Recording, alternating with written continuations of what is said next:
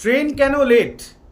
তো এই সুনাম তো ভারতীয় রেলের দীর্ঘদিনের সময়ে না ছাড়া, কিন্তু সময় ছাড়ছে বলে বিক্ষোভ যদি এরকম বলি তাহলে কি বিশ্বাস হবে? একদমই ঠিক শুনছো তোমরা।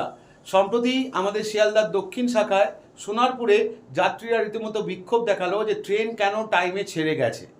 এখন প্রবলেমটা কোথায়? প্রবলেমটা হচ্ছে সন্ধেবেলা বেশ কিছু যাত্রী আছে যারা ডায়মন্ড হারবার, যাদের বাড়ি, তারা শিয়ালদা থেকে সোনারপুর লোকাল ধরে সোনারপুরে নেমে সন্ধে 6টায় সোনারপুর থেকে যে ডায়মন্ড হারবার লোকালটা ছাড়ে তাতে করে নিজেদের গন্তব্যস্থানে যান।